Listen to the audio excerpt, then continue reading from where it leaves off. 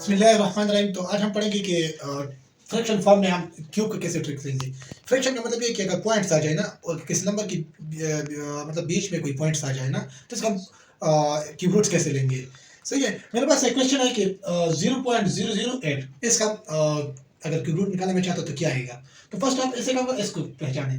देखो 1 का क्यूब मेरे पास हमेशा 1 होगा, 2 का क्यूब जो है वो 8 होगा, इस तरह मेरे पास 5 का क्यूब 125 हो गया, 7 का क्यूब 343 हो गया और इस तरह 12 का क्यूब 1728 हो गया। सही है, तो इसको मैं अब इस इधर में अप्लाई करूंगा। फर्स्ट में ऐसे देखूंगा, देखो मेरे पास ये जो लास्ट डिजिट इधर क्या है, ये मेरे पास जो है ना 8 है। सही है, और 8 का क्यूब अगर मैं निकालूं क्यूब रूट्स तो मेरे पास क्या आएगा 2 आएगा, तो मैं इधर 2 लगा दूंगा। सही है, उसके बाद मैं ऐसे काम करूंगा, पॉइंट्स के बाद जितने नंबर है ना, ये पॉइंट जितने डिजिट्स आए इसको मैं काउंट करूंगा। ये मेरे पास क्या है 1 2 3, ये 3 आ गया। सही है, तो इस 3 को मैं ऐसे काम करूंगा कि इधर मैं 3 लगाऊंगा और जो क्यूब के ऊपर जो 3 लिखे हुए है ना, इस 3 को मैं इसके नीचे लगा दूंगा। इससे आंसर मेरे पास आएगा कि 3 डिवाइड बाई 3, ये मेरे पास 1 ही हो गया। सही है, इधर इसका मतलब ये जो 1 आ गया ना, इसका मतलब यही है कि पॉइंट्स के बाद एक ही डिजिट होना चाहिए। तो मैं इधर एक ही डिजिट मेरे पास आ गया और इधर में 0, इसके पॉइंट्स आगे मैं एक 0 लगा दूंगा। यही मेरे पास इसका ये आंसर हो गया। अब हम देखते हैं दूसरे का क्या आंसर आएगा। इधर मेरे पास जो है ना ये क्या है कि ये लास्ट डिजिट, ये जो परफेक्ट क्यूब रूट्स है। सही है,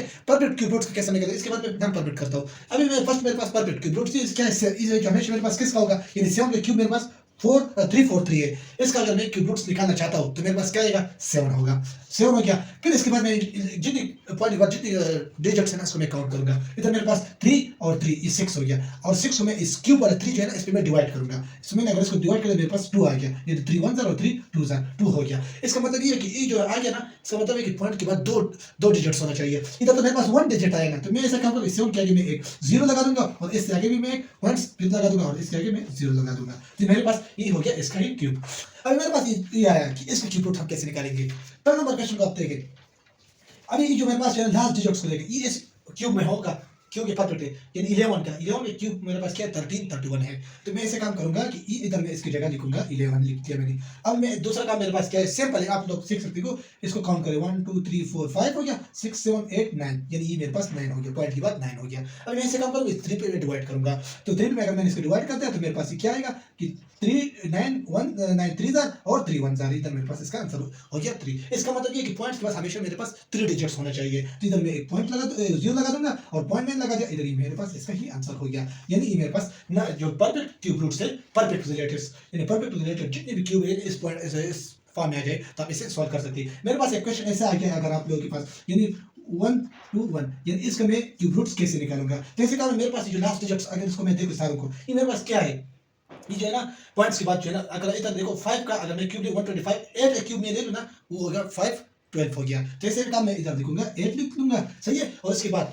इधर मेरे पास पॉइंट के बाद मैं जितने भी डिजिट्स को मैं काउंट करूंगा, ये मेरे पास 1 2 3 हो गया, 3 डिवाइड बाय 3 हो गया, इधर मेरे पास इसका आंसर हो गया 1। ऐसे काम इसका मतलब ये कि पॉइंट के बाद एक ही डिजिट्स होना चाहिए। तो मैं इधर 1 लगा दूंगा और इसके आगे मैं एक 0 लगा दूंगा, तो मेरे पास ये हो गया, इसका ही आंसर हो गया। अब हम देखते हैं कि नॉन परफेक्ट क्यूब रूट्स हम कैसे लेंगे अगर फ्रैक्शन फॉर्म में आ जाए। सही है, अभी जो मेरे पास है ना नॉन परफेक्ट क्यूब रूट्स, यानी फ्रैक्शन फॉर्म में यानी डिसिमल फॉर्म में ऐसे नंबर आ जाए इसका अगर क्यूब हम निकाल नहीं सकते तो उसको हम कैसे निकालेंगे।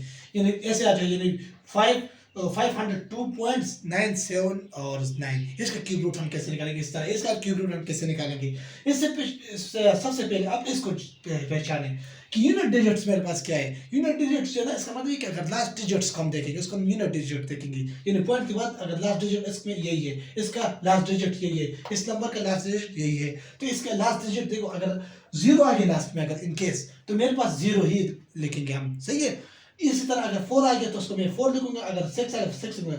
इधर ई कैसे, अगर 2 आ गया ना उसको मैं 8 लिखूंगा, अगर 8 आ गया मैं उसकी जगह 2 लिखूंगा। इस तरह 3 आ गया मैं 7 लिखूंगा और 7 आ गया मैं 3 लिखूंगा। इधर मेरे पास क्या है 4 है, अगर 4 आ गया तो मैं इधर 4 ही लिखूंगा। इन केस इधर मेरे पास 3 आ गया तो मैं 7 ही लिखूंगा। सही है, तो मेरे पास क्वेश्चन आप लोग यूनिट डिजिट्स क्लियर हो जाएगा और ये क्यूब से ये वो पुराने वाला है। मेरे पास ऐसे काम करेंगे मैं कि लास्ट डिजिट्स को मैं देखूंगा, लास्ट डिजिट्स इधर लास्ट डिजिट 7 है, 7 मेरे पास क्या है 7 इसी तरह मैं देखूंगा, इसमें है नहीं, ये नीचे वाले में अगर 7 आ गया मैंने आप लोग बताया था 3 में लिखूंगा, तो मैं इधर 3 लिखूंगा। सही है, इसके बाद मैं ऐसे काम करूंगा पॉइंट के बाद जितने नंबर को मैं काउंट करूंगा, यानी मेरे पास कितने नंबर है 1 2 3, ये इधर मेरे पास 3 हो गया और ये जो क्यूब वाला 3 है ना इस पे मैं डिवाइड करूंगा, तो इस पर मैं डिवाइड करूंगा तो मेरे पास इसका आंसर हो गया 1 ही आएगा। इसका मतलब ये है कि पॉइंट के बाद एक ही डिजिट्स होने चाहिए, तो मैं इधर ये पॉइंट्स मैंने लगा दिया। अभी 804 यानी 804 आप लोग जानते हैं 804 केजी नंबर 804, इसका मतलब क्या है आप लोगों को मालूम है केजी नंबर 804, उसका नाम कमेंट सेक्शन में लिखिए।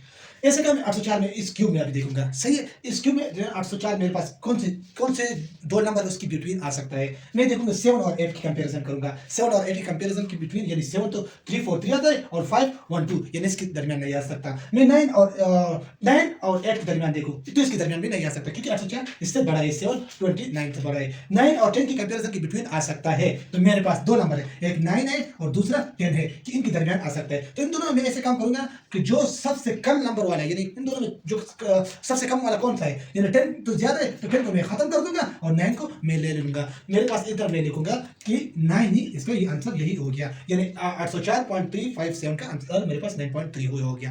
अभी मेरे पास दूसरा क्वेश्चन है, मैं कैसे करूंगा, मेरे पास जो है ना इसको लास्ट डिजिट में देखूंगा, लास्ट डिजिट अगर मेरे पास 9 हो गया, मैंने आप लोगों को बताया था कि अगर 9 हो गया तो मैं यही 9 ही इधर लिखूंगा, सही है। फिर उसके बाद मैं पॉइंट्स के बाद जितने नंबर्स को मैं काउंट करूंगा, इधर मेरे पास 3 है तो मैं 3 लिखूंगा और ये क्यूब वाला 3 जो है ना इस पे मैं डिवाइड करूंगा, मेरे पास 1 ही इसका आंसर आ गया। इसका मतलब है कि पॉइंट के बाद एक ही नंबर होना चाहिए, तो मैं इधर पॉइंट लगा दूंगा। और अभी इस 502 का मैं देखूंगा, 502 मेरे पास किधर आता है, 6 और 7 के दरमियान नहीं आ सकता। फिर मैं देखूंगा 7 और 8 के दरमियान आ सकता है, यानी एक 7 और दूसरा मेरे पास 8 है, तो इन दोनों में जो छोटा नंबर है ना उसको मैं ले लूंगा और बड़ा नंबर को मैं रिमूव कर दूंगा, यानी 8 तो बड़ा है तो उसको मैं खत्म कर दूंगा और 7 को मैं ले लूंगा, तो मेरे पास इसका आंसर हो गया कि 7.9, यही इसका आंसर आता है, यानी अप्रोक्सीमेट यही बनता है, इसका मतलब यही है, ठीक है, इतना ही बनता है। और अभी मैं ये नहीं कहती है कि उसके बाद भी पॉइंट्स आ सकते हैं, आप देखो इनकी पॉइंट 0.12 ऐसे समथिंग आया होगा, मगर कैलकुलेटर पर अगर आप लोग कर ले यही आएगा, मगर उसको राउंडिंग आप कर देंगे तो उसका आंसर यही मेरे पास 7.9 ही होगा।